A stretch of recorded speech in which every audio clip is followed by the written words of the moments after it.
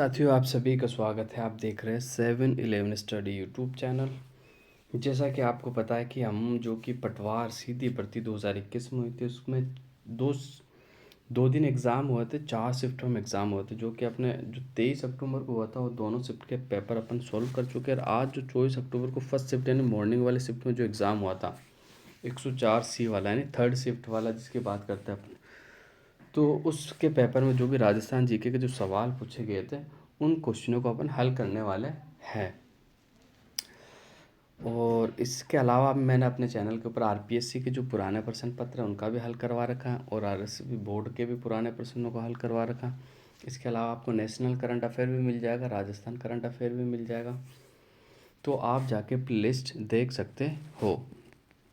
तो चलो शुरू करते हैं। इसमें राजस्थान जीके के जो सवाल पूछे गए थे वो 121 से पूछे गए, तो सीधे चलते अपन 121 की तरफ, है ना। सीधा अपन आ जाते हैं अपने क्वेश्चनों की ओर। ये 120, ये 121 यहाँ से है, ठीक है। ये आपका पहला क्वेश्चन है। 56 का मैदान स्थित है, तो 56 का मैदान कहाँ स्थित है आपको बताना है, ठीक है। डूंगरपुर बांसवाड़ा के बीच, प्रतापगढ़ बांसवाड़ा के बीच, बांसवाड़ा कुशलगढ़ के बीच और चित्तौड़गढ़ प्रतापगढ़ के बीच। तो इसका जो राइट आंसर हो जाएगा बांसवाड़ा और प्रतापगढ़ के बीच 56 का मैदान स्थित है। 56 के मैदान का जो निर्माण करती है वो माही नदी द्वारा किया जाता है और 56 नदी नालों को 56 के मैदान के नाम से जाना जाता है, ठीक है। ये भी आपको याद रखना है। 56 का जो बेसिन का निर्माण करती कौन सी नदी द्वारा होता थी आपको याद रखना है, कौन सी नदी, माही नदी के द्वारा होता है, ये आपको याद रखना है। नेक्स्ट अपन आगे चलते हैं अगले क्वेश्चन की ओर। अगला क्वेश्चन क्या हमारा, शहरी जनजाति राजस्थान के किस जिले में निवास करती है? बारां, झालावाड़, बूंदी और कोटा। तो शहरी जनजाति जो निवास करती है वो बारां के अंदर करती है, आपको याद रखना। बारां के अंदर एक तहसील है शाहबाद और किशनगंज, शाहबाद और किशनगंज तहसील के अंदर शहरी जनजाति जो कि अपना निवास स्थान बना रखा है, ठीक है। तो इसका सही आंसर जो हो जाएगा ऑप्शन नंबर ए आपका बिल्कुल सही आंसर हो जाएगा। नेक्स्ट अगले क्वेश्चन की ओर बढ़ते हैं। अगला क्वेश्चन क्या हमारा, गंगानगर एवं हनुमानगढ़ जिले का गठन कब हुआ? गंगानगर से हनुमानगढ़ जिले का गठन कब हुआ, यानी अलग होकर कब हुआ, तो ये बताना आपको। तो इसका जो राइट आंसर हो जाएगा 12 जुलाई 1994। 12 जुलाई 1994 के अंदर हुआ था हनुमानगढ़ जिले का निर्माण, ठीक है। और वर्तमान में देखो राजस्थान में 33 ज़िले हैं और सबसे नवीनतम ज़िला जो है वो प्रतापगढ़ है। कब बना था? 26 जनवरी 2008 को बना था, ठीक है। और हाल ही में अशोक गहलोत जी ने 19 नए जिलों की घोषणा भी की है। इससे जिले बढ़कर जिलों की संख्या 50 हो जाएगी।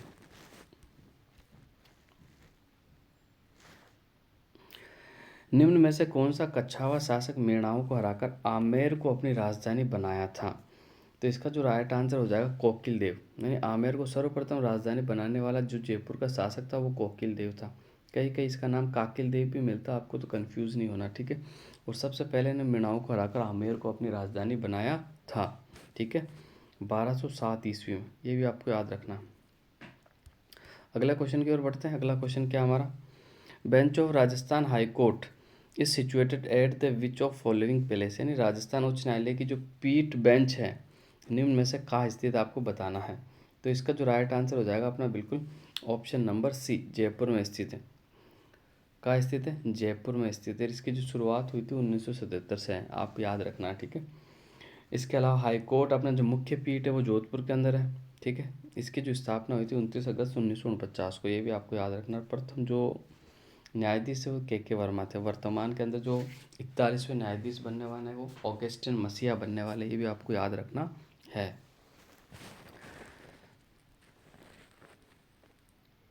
अब आपको एक तरफ बुक्स दी हुई है, एक तरफ आपको लेखक का नाम दिया हुआ, ठीक है। और आपको उसका मैच करना है, आपको उसका क्या करना है? मैच करना। क्वेश्चन नंबर ये है अपना 26 से मैं थोड़ा छोटा कर देता हूँ कि दिखने में आपको थोड़ी आसानी हो जाए, ठीक है। ये हो गया। आमिर हमीरायण जो किताब है ना वो भांडव व्यास की है भाई। ऑप्शन हमीरायण जो बुक है वो भांडव व्यास की हो जाएगी। वीर मायण ये भादरा डाडी की हो जाएगी। बचा रघुनाथ रूपक ये मंछाराम संवेग की हो जाएगी। मंछाराम संवेग, इसका जो सही आंसर हो जाएगा 3-1-2। 3-1-2 बिल्कुल सही आंसर होगा। ऑप्शन नंबर सी में आपको दिख रहा है 3-2-1, तो ऑप्शन नंबर सी आपका बिल्कुल राइट आंसर हो जाएगा, आपको याद रखना, ठीक है। नेक्स्ट अगले क्वेश्चन की ओर बढ़ता है। अगला क्वेश्चन क्या हमारा, तो ये अगला क्वेश्चन आ गया जैसे 127। 1857 में नसीराबाद के विद्रोह करने वाली बटालियन कौन सी थी, आपको बताना, ठीक है। तो बॉम्बे लांसर्स, 30वीं Bengal native infantry, Marwara battalion, 15वीं बंगाल नेटिव इन्फेंट्री। तो ये चारों ही जो बटालियन थी ये नसीराबाद में स्थित थी, आपको एक तो ये याद रखना। लेकिन विद्रोह किसने किया था, तो विद्रोह जो किया था वो बिल्कुल 15वीं बंगाल नेटिव इन्फेंट्री ने करा था भाई, ठीक है। कौन सी ने किया था, 15वीं बंगाल नेटिव इन्फेंट्री ने विद्रोह किया था, ये आपको याद रखना है। राजस्थान में निम्न में से कौन सा नृत्य केवल पुरुषों के द्वारा किया जाता है, घूमर, कच्ची घोड़ी, तेरह ताली नृत्य और कथक।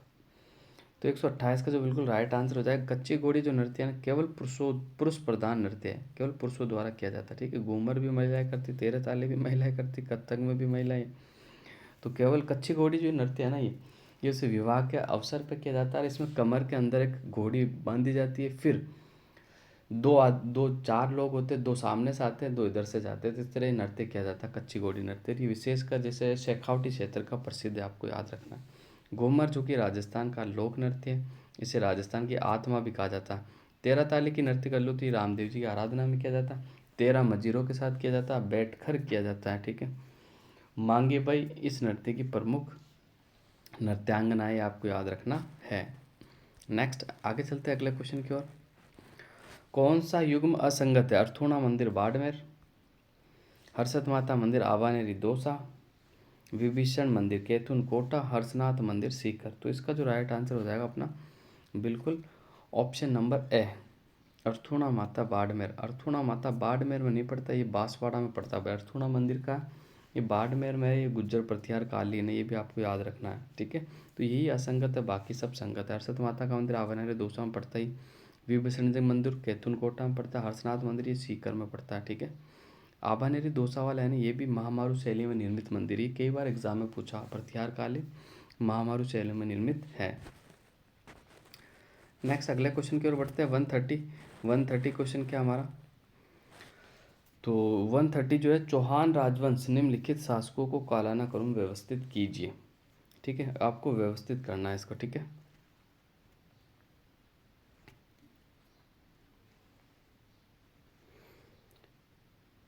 देखो सबसे पहले कौन आया था, सबसे आखिर में बात करते पृथ्वीराज थर्ड आया था, ये आखिरी शासक था चौहान वंश, पृथ्वीराज थर्ड आखिरी बात। तो सबसे लास्ट में वन होना चाहिए आपका। अब देखो ऑप्शन नंबर सी, अब अगर आपको काल भी याद नहीं है फिर भी इस क्वेश्चन को आप कर सकते थे। पृथ्वीराज थर्ड जो मोहम्मद गौरी और तराइन का जो युद्ध वाला है ना, वो पृथ्वीराज थर्ड है। चौहान वंश में 3 पृथ्वीराज आए थे, पृथ्वीराज फर्स्ट, पृथ्वीराज सेकंड और पृथ्वीराज थर्ड। तो ये जो 1191 और 1192 में जो तराइन के प्रथम युद्ध में थे ये विजयी रहे थे, द्वितीय युद्ध में इनकी पराजय हुई थी। तो सबसे आखिर में ये आए थे। उसके बाद जो आए थे आपको पता, उसके बाद अरुणोराज आए थे। अरुणोराज से पहले अपने विग्रहराज आए थे, विग्रहराज से सबसे पहले अजयराज आए थे, जिन्होंने अजमेर के तारागढ़ किले का निर्माण भी करवाया था, ठीक है। तो इसका जो सही आंसर हो जाएगा ऑप्शन नंबर सी आपका बिल्कुल राइट आंसर हो जाएगा। नेक्स्ट आगे देखते हैं अपन। सूची 1 को सूची 2 से सुमेलित करना है, फिर आपको कूट पर ध्यान देना है, यानी कूट से सही उत्तर चयन करना। कुंभलगढ़ वन्यजीव अभ्यारण्य आपका पड़ता है राजसमंद में, ठीक है। कहाँ पड़ता है, ये राजसमंद में पड़ता है आपका, ठीक है। ऑप्शन नंबर 4 से मिल जाएगा। केवलादेव राष्ट्रीय उद्यान ये भरतपुर में पड़ता है। मरु राष्ट्रीय उद्यान ये जैसलमेर में पड़ता है आपका। और टाइगर रिजर्व ये सरिस्का में पड़ता है, ठीक है। तो इसका जो सही आंसर हो जाएगा अपन देखते तो 4-3-2-1 ऑप्शन नंबर 1 ही आपका दिया हुआ, ठीक है। ऑप्शन नंबर 1 है 4-3-2-1, ठीक है, आपका राइट आंसर हो जाएगा। कुंभलगढ़ अभ्यारण्य जो कि जंगली मुर्गों के लिए जाना जाता है, जबकि केवलादेव राष्ट्रीय उद्यान जो कि पक्षियों के लिए और मोर के लिए फेमस है। और राष्ट्रीय मरु उद्यान जो कि गोडावण के लिए प्रसिद्ध है। टाइगर रिजर्व यानी ये बाघ के लिए प्रसिद्ध सरिस्का वाला अलवर, ठीक है। ये टाइगर परियोजना है, दूसरी टाइगर परियोजना थी ये आपको। केवलादेव राष्ट्रीय उद्यान की बात कर लूँ तो इसे राजस्थान की नम भूमि, राजस्थान में कुल 2 नम भूमियाँ हैं, नहीं आर्द्र वेटलैंड है जिसमें शामिल किया गया है केवलादेव राष्ट्रीय उद्यान को। और सबसे पहले शामिल होने वाली जो साइट थी ना केवलादेव, वो वेटलैंड्स जो है वो है केवलादेव राष्ट्रीय उद्यान और उड़ीसा की चिल्का झील थी। कब शामिल किया गया था, 1981 के अंदर, 1981 में शामिल किया गया था। दूसरी जो वेटलैंड है वो राजस्थान में सांबर झील है। इसको शामिल किया गया था 1990 के अंदर, ये आपको याद रखना है। नेक्स्ट आगे चलते हैं, अगले क्वेश्चन की ओर बढ़ते हैं। राजस्थान लोक सेवा आयोग के सदस्यों को देश के द्वारा निलंबित किया जा सकता है। तो इसका जो राइट आंसर हो जाएगा अपना बिल्कुल 132 का, कि राजस्थान के राज्यपाल द्वारा। देखो राजस्थान के राज्यपाल द्वारा निलंबित किया जाता है, लेकिन हटाता कौन है, तो आपको याद रखना भारत के राष्ट्रपति द्वारा हटाया जा सकता है, ठीक है। और नियुक्ति कौन करता है, तो नियुक्ति भी राज्यपाल द्वारा ही की जाती है, ठीक है। और लोकसभा आयोग यानी आरपीएससी के सदस्यों की बात कर ले तो 7+1 आपको याद रखना, 7 सदस्य और एक अध्यक्ष होता है, 7 सदस्य और एक अध्यक्ष होता है। टोटल कुल कितने सदस्य हो जाएंगे, अगर अध्यक्ष सहित बात करें तो 8 हो जाएंगे, सदस्य जो होते हैं वो 7 ही होता है, आपको याद रखना है, ठीक है। नेक्स्ट अगले क्वेश्चन की ओर बढ़ते हैं। एक तरफ आपको पर्यटन सर्किट दे दी गई है और एक तरफ आपको क्षेत्र दे दिया गया। मैं इसको छोटा कर लूँगी तो आपको दिखने में आसानी हो जाए। मेवात सर्किट, अब मेवात में देखो आपके अलवर भरतपुर का है, तो ऑप्शन नंबर 1 आपको दिख रहा है, मेवात सर्किट हो जाएगा आपका। शेखावटी सर्किट चूरू सीकर झुंझुनू हो जाएगा आपका। मरु सर्किट जोधपुर और जैसलमेर वाला हो जाएगा आपका। मेरवाड़ा सर्किट अजमेर पुष्कर मेड़ता, ये तो आपका सही आंसर हो जाएगा। इसका जो राइट आंसर हो जाएगा 1 3 4 2, 1 3 4 2 आपका बिल्कुल राइट आंसर हो जाएगा। 1 3 4 2 ऑप्शन नंबर सी में आपको दिख रहा है, ऑप्शन नंबर सी आपका बिल्कुल राइट आंसर हो जाएगा, ठीक है। नेक्स्ट आगे चलते हैं, अगले क्वेश्चन की ओर बढ़ते हैं। अगला क्वेश्चन क्या है, बड़ा अच्छा सवाल है वे राजस्थान, बहुत अच्छा प्यारा सवाल है। राजस्थान की प्राचीन रियासत के संदर्भ में कांसा परोसा क्या था। बहुत अच्छा सवाल है, एग्जाम में पूछने के वापस से बहुत अच्छे चांसेस है इसके। तो राजस्थान की प्राचीन रियासत में जो संदर्भ के अंदर जो कांसा परोसा क्या था, ये आपको बताना। तो कांसा परोसा क्या था, इसकी अगर अपन बात कर लेते हैं तो ये क्वेश्चन नंबर है अपना 134। तो इसका जो सही आंसर हो जाएगा, एक प्रकार की कर था भाई। कांसा परोसा क्या था, एक प्रकार का कर होता था ये, ठीक है। ये आपको याद रखना, एक प्रकार की लाग होती थी कांसा परोसा, ठीक है। नेक्स्ट आगे चलते हैं, अगले क्वेश्चन की ओर बढ़ते हैं। अगला क्वेश्चन क्या हमारा, संत पीपा की गुफा कहाँ है। तो संत पीपा की जो गुफा है वो बिल्कुल आपको बता दे वन, संत पीपा की जो गुफा है वो गागरोन में नहीं है। इसका आंसर वैसे डी माना है किसने, आरएसएस में बोर्ड ने, और फाइनल आंसर की में भी डी माना है, जबकि संत पीपा की तो गुफा टोडा के अंदर है। ऑप्शन नंबर बी आपका बिल्कुल राइट आंसर हो जाएगा। तो इसको फिर बाद में डिलीट किया था, गागरोन में नहीं है संत पीपा की गुफा। संत पीपा की गुफा जो है टोडा के अंदर है, टोडा के अंदर, ठीक है। ये आपको याद रखना है। नेक्स्ट आगे चलते हैं अगले क्वेश्चन की ओर। भारतीय संविधान में निम्नलिखित में से कौन सा अनुच्छेद राज्यपाल की कार्यपालक शक्तियों से संबंधित है। तो इसका जो राइट आंसर होगा ऑप्शन नंबर बी 154, अनुच्छेद 154, अनुच्छेद 154 का संबंध है राज्यपाल की कार्यपालिक का शक्तियों से, ठीक है। शेखावटी किसान आंदोलन 1947 में किसके प्रयासों से समाप्त हुआ था, ये आपको बताना है। तो option number D Hiralal Shastri के प्रयासों से शेखावटी किसान आंदोलन जो कि 1947 में ये समाप्त हो गया था। नेक्स्ट अगला देखते हैं अपन। सोए राम सिंह सेकंड द्वारा किस वर्ष राजस्थान कला विद्यालय की स्थापना की गई थी, आपको याद रखना है। तो 138 का जो आपका राइट आंसर हो जाएगा 1857 में। कब है, 1857। और 1857 में हमारी क्रांति हुई थी। सर्वप्रथम जो क्रांति का स्थान था वो नसीराबाद था, ये भी आपको याद रखना। नसीराबाद में जो क्रांति हुई थी वो 28 मई को हुई थी, ये भी आपको याद रखना, 28 मई 1857 को, ये आपको याद रखना है। अगले क्वेश्चन की ओर बढ़ते हैं। अगला क्वेश्चन क्या हमारा, तो ये अगला क्वेश्चन आ गया आपका 139। एक तरफ आपको सूची दी हुई, एक तरफ आपको सूची 2 दी हुई, आपको सुमेलित करना है। जग मंदिर का पड़ता है, देखो सबसे आसान सवाल है। जग मंदिर की मैं बात कर लूँ तो उदयपुर में पड़ता है, ये तो आप जानते हो। किराड़ू मंदिर आपका बाड़मेर में पड़ता है। गजनेर महल आपका बीकानेर में पड़ता है। गजनेर महल का पड़ता है आपका बीकानेर में, याद रखना आपको, ठीक है। गजनेर जो महल आपका पड़ता है वो कहाँ पड़ता है, बीकानेर में पड़ता है, ठीक है। गजनेर महल आपका कहाँ पड़ता है, बीकानेर में पड़ता है, आपको याद रखना, ठीक है। नेक्स्ट अगले क्वेश्चन की बात करते हैं। अगला क्वेश्चन क्या है, अलकिया संप्रदाय की स्थापना किसने की। तो अलकिया संप्रदाय की जो स्थापना की गई वो किसने की, इसका जो 140 का जो आपका राइट आंसर हो जाएगा ऑप्शन नंबर सी बिल्कुल राइट आंसर हो जाएगा। स्वामी लालगिरी के द्वारा अलकिया संप्रदाय की स्थापना की गई थी, आपको याद रखना है, ठीक है। स्वामी, और अलकिया संप्रदाय की जो प्रमुख पीठ है वो कहाँ पर आपको बताना है, ठीक है।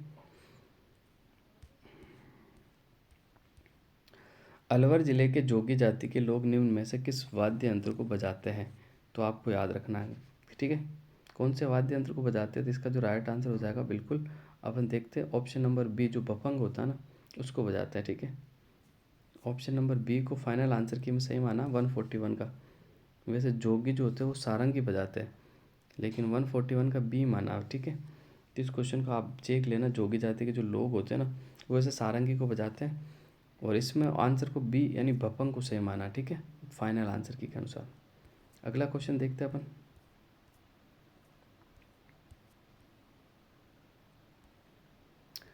राजस्थान के वे राज्यपाल जिनका कार्यकाल के दौरान निधन हो गया था, आपको बताना है, ठीक है। कौन कौन से जो राजस्थान के राज्यपाल है जिनका कार्यकाल के दौरान निधन हो गया था, ठीक है, ये आपको बताना है। तो देखो SK सिंह, इनका भी निधन कार्यकाल के दौरान ही हुआ था। श्रीमती प्रभा राव, इनका भी निधन हो गया था कार्यकाल के दौरान। निर्मल चंद जैन, इनका भी हुआ था। दरबारा सिंह, इनका भी हुआ था।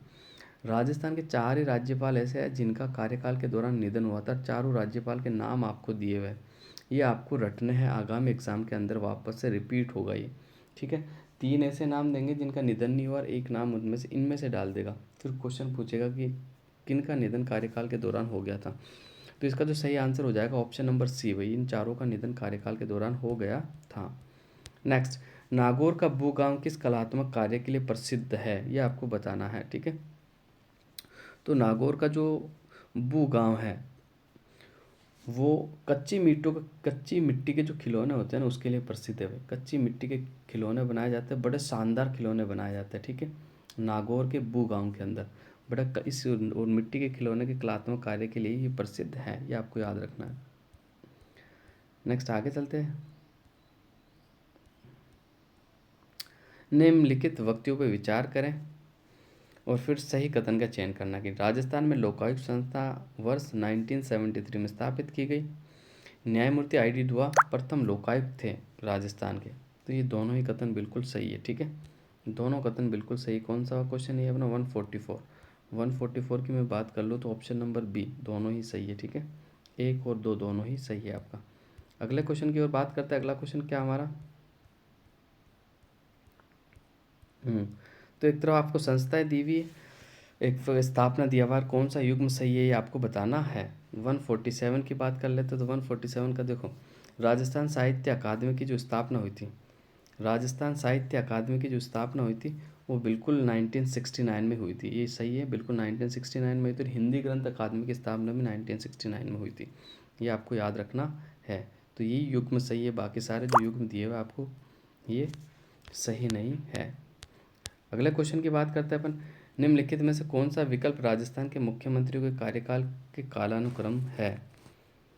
तो 148 की बात कर लेते हैं। 148 का बिल्कुल देखते हैं तो ऑप्शन नंबर डी होगा। सबसे पहले हरिदेव जोशी, हरिदेव जोशी के बाद भैरव सिंह शेखावत, भैरव सिंह शेखावत के बाद जगन्नाथ पहाड़िया और फिर Shivcharan Mathur. Option number D आपका बिल्कुल राइट आंसर हो जाएगा।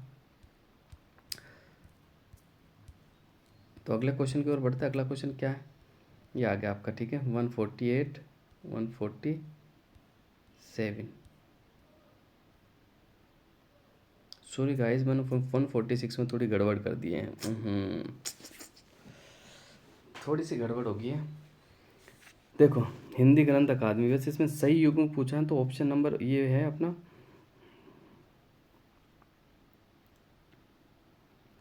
ऑप्शन नंबर बी जो है ना आपका बिल्कुल सही था, ठीक है। मैंने आपको ऑप्शन नंबर ए बताया था, ये गड़बड़ हो गई थी मामला अपना। और हिंदी ग्रंथ अकादमी की स्थापना जो हुई थी वो 1969 में हुई थी, ठीक है। राजस्थान साहित्य अकादमी और ब्रज भाषा की बात कर ले अपन तो ब्रज भाषा 1982 में, राजस्थान साहित्य अकादमी 1980 में, ये आपको याद रखना है। ये मैंने बता ही दिया आपको। जो इसका जो सही 146 की बात कर लेते हैं तो 146 का अपना मैंने कौन सा आंसर बताया था आपको, डी बिल्कुल सही है, इसमें कोई दिक्कत नहीं है, ठीक है। कालानुक्रम सेट करना तो सबसे पहले हरिदेव जोशी आए थे, फिर भैरव सिंह शेखावत आए थे, फिर अपने जगन्नाथ पहाड़िया, फिर शिवचरण माथुर। अगले क्वेश्चन की ओर बढ़ते हैं। राजस्थान राज्य मानवाधिकार आयोग के अध्यक्ष और सदस्यों की नियुक्ति के लिए एक उच्च स्तरीय समिति की संस्तुति पर राज्यपाल द्वारा समिति के अध्यक्ष होते हैं की जाती है। तो इसका समिति का अध्यक्ष कौन होता है ये आपको बताना। इस समिति का जो अध्यक्ष होता है वो मुख्यमंत्री होता है। कौन होता है, मुख्यमंत्री होता है, CM होता है, ठीक है, आपको याद रखना है। नेक्स्ट अगला क्वेश्चन देखते हैं, बड़ा अच्छा सवाल है। अशोक अष्टमी मनाई जाती है, कब मनाई जाती है अशोक अष्टमी, ये आपको बताना। तो अशोक अष्टमी जो मनाई जाती है अपनी, वो चैत्र शुक्ल अष्टमी को मनाई जाती है। कब मनाई जाती है? चैत्र शुक्ल अष्टमी को मनाई जाती है। चैत्र शुक्ल अष्टमी को अशोक अष्टमी मनाई जाती है। नेक्स्ट अगले क्वेश्चन की बात करते हैं अपन। राजस्थान के प्रथम मुख्य सूचना आयुक्त कौन थे? तो राजस्थान के प्रथम मुख्य सूचना आयुक्त जो थे वो एमडी कोरानी थे। कौन थे भाई? MD Korani. MD Korani, option number C आपका बिल्कुल राइट आंसर हो जाएगा। ठीक है, और आज के आखिरी क्वेश्चन की बात कर लेते हैं अपन। नीति निर्माण एक संयुक्त प्रयास होता है जिसमें बहुत सी संस्थाएं हिस्सा लेती हैं, उन्हें सुमेलित कीजिए। तो सुमेलित करना आपको, एक तरफ संविधान, एक तरफ संसद, एक तरफ मंत्रिमंडल दिया हुआ, एक तरफ नीति आयोग आपको दिया हुआ है। ठीक है, तो इसको अपन सुमेलित कर लेते हैं। थोड़ा बहुत ज़्यादा बड़ा है सवाल, छोटा करना पड़ेगा अपने को, देखना है तो। ठीक है, तभी अपने को दिखेगा, नहीं तो दिखेगा भी नहीं। सुमेलित कैसे करेंगे फिर आप? चलो मैंने छोटा कर दिया इसको। ठीक है, तो इसको सुमेलित अपन कर लेते हैं, हल्का सा छोटा कर लेते हैं।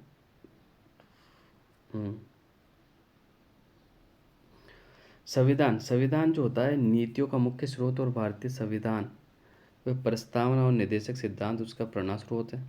एक हो जाएगा। 3 बी की बात कर ले तो बी जो है संसद का जो उस काम होता है वो होता है सरकार की मुख्य नीतियाँ संसद द्वारा अनुमोदित की जाती है। इसके बाद सी की बात कर लेते हैं, मंत्रिमंडल। तो ये नीति निर्माण के लिए मुख्य निकाय होता है। ठीक है, नीति आयोग की बात करते थे, नीति आयोग एक महत्वपूर्ण भूमिका निभाता है। ठीक है, तो इसका जो सही आंसर हो जाएगा बिल्कुल 3-4-2-1। 3-4-2-1 ऑप्शन में देखते हैं अपन। 3-4-2-1 ऑप्शन नंबर ए में ही दिख रहा है आपको, 3-4-2-1। तो इसका राइट आंसर हो जाएगा ऑप्शन नंबर ए। तो आज के सेशन को यही समाप्त करते हैं, अगले सेशन में आपसे फिर मुलाकात होगी। ठीक है, बिल्कुल आपसे मुलाकात होगी, और नए पेपर जो कि पटवार भर्ती 2021 का आखिरी पेपर का अपन सॉल्यूशन करने वाले हैं। ठीक है, आपको याद रखना है। तो आज के लिए बस इतना ही। इससे पहले आप नए हो तो मेरे चैनल को ज़रूर सब्सक्राइब कीजिएगा, और कमेंट भी करना और लाइक भी करना, अपने दोस्तों के साथ शेयर करना ना भूलें।